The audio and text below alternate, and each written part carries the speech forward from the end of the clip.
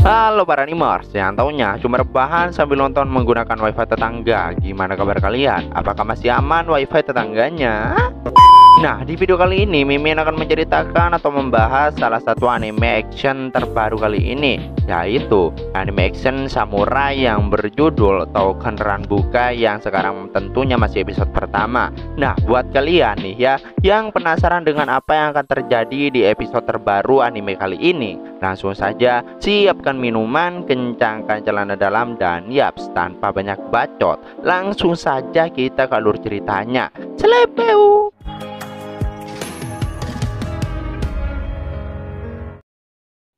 Scene diawali dengan memperlihatkan peperangan yang terjadi antara para samurai Jepang, guys. Darah bertumpahan di mana-mana, benteng yang juga dibakar. Para samurai nampak melihat sebuah pedang yang tertancap di dalam benteng. Dan ya, kita lalu diperlihatkan seseorang yang bangun dari tidurnya. Salah satu temannya tahu jika dia itu lagi-lagi mengalami mimpi yang sama, yaitu perang tadi, guys. Baginya itu adalah mimpi yang sangat tidak mengenakan. Singkat cerita, kita lanjut diperlihatkan sebuah monster atau apalah itu, gua juga masih belum tahu namanya. Yang mana monster itu menyerang sebuah benteng, namun para samurai nampak menghadapi mereka. Di sini para samurai nampak cukup OP lah ya. Dari gaya bertarungnya kita tahu bahwa mereka bukanlah level rendahan.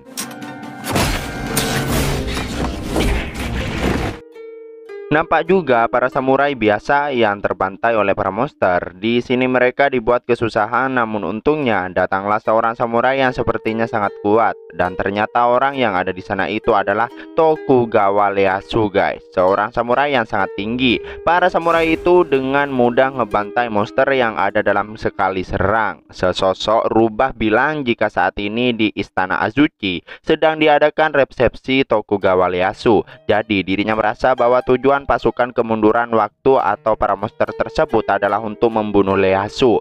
Meski begitu, mereka ini tak akan membiarkan itu terjadi. Salah satu samurai yang hendak dibunuh oleh monster, namun untungnya salah satu temannya tepat waktu menolongnya. Di sini mereka berdua mulai mengobrol, namun di tengah mereka yang beradu bacot, tak lama datanglah salah satu temannya yang bilang jika mereka tak punya banyak waktu karena mereka sedang dalam pertempuran. Dengan itu mereka pun langsung bergegas. Terus kita ditunjukin suasana benteng yang sangat tentram. Nampak orang-orang yang mulai bangun dan melakukan aktivitas pagi mereka dengan sangat estetik.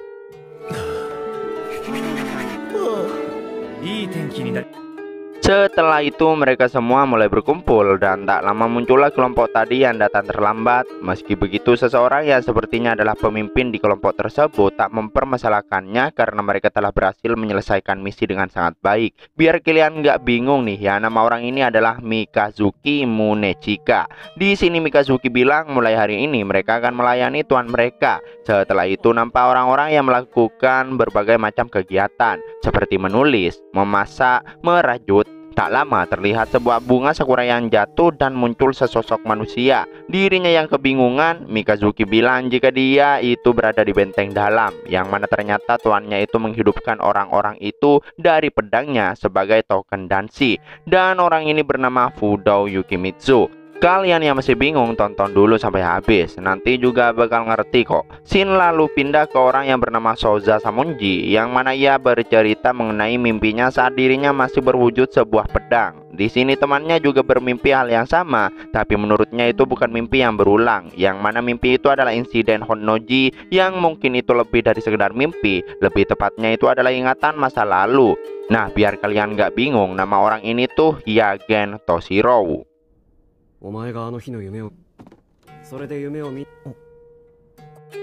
Di tengah perbincangan mereka, tak lama muncul dua bocil yang kayaknya mencari seseorang. Seorang cewek yang muncul bertanya apakah Yagen sudah bertemu dengan orang baru. Nah, orang baru yang dimaksud itu adalah Fudou Yukimitsu, guys. Souza dan Yagen yang tak melihatnya pun cuma dibuat kebingungan. Scene lalu pindah ke latihan bertarung antara Yaman Bagiri Kunihiro melawan Kazu Kiyomitsu. Di sini mereka berdua nampak seimbang, guys. Bahkan Kunihiro juga memanfaatkan tembok saat dirinya terpojok. Teman-temannya yaitu Surumaru Kuninaga, Sokudai-kiri Mitsutada, Horikawa Kunihiro, Doudanuki Masakuni, dan yang ini gua nggak tahu. Nah, nyari di Google juga nggak ada. Melihat aksi Yaman Bagiri, Surumaru cukup terkejut. Bahkan Mitsutada bilang jika itu adalah teknik yang bagus. Namun setelah itu Kiyomitsu mengseledeng kaki Yaman Bagiri hingga membuatnya hampir terjatuh. Meski begitu mereka terus melanjutkan pertarungannya dengan sangat serius hingga pada akhirnya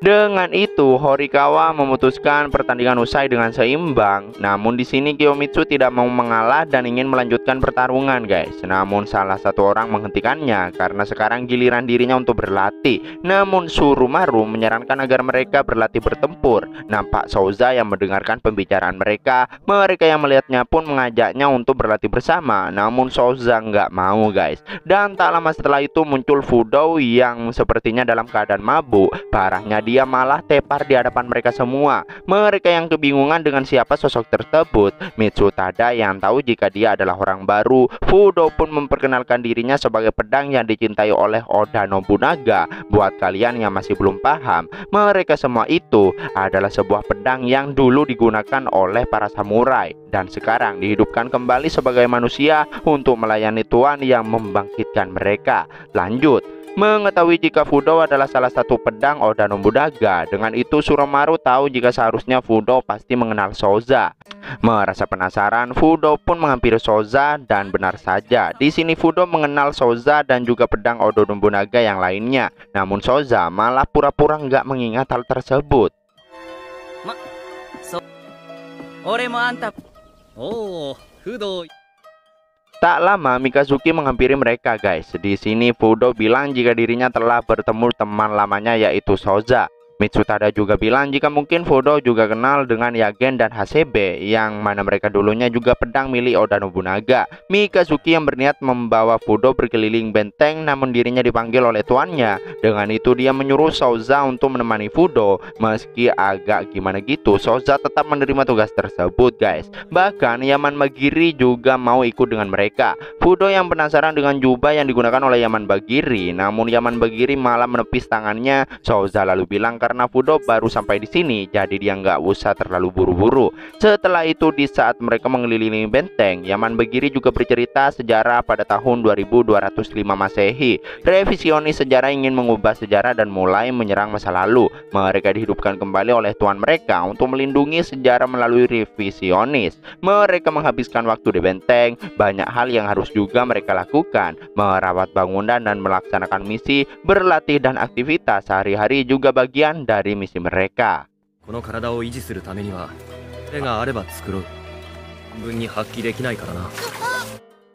Mendengar semua penjelasan tersebut, Fudo merasa kehidupan itu sangat berbeda dibanding saat mereka masih menjadi pedang. Tidak hanya itu, masih banyak hal yang harus mereka lakukan seperti memasak dan juga mencari kayu untuk membuat api. Memotong kayu juga menjadi sarana olahraga yang baik bagi tubuh. Mereka juga merawat kuda yang akan dibawa bertarung bersama mereka. Perpustakaan berisi dokumen dan buku sejarah. Di sini mereka itu selalu bergantian tugas. Mereka bisa beristirahat ketika tidak ada pekerjaan. Karena beristirahat juga merupakan bagian dari misi. Orang-orang yang tengah beristirahat itu nampak menyapa Yaman Bagiri. Namun Yaman Bagiri tidak menghiraukannya karena dirinya lagi sibuk membawa Fudo jalan-jalan.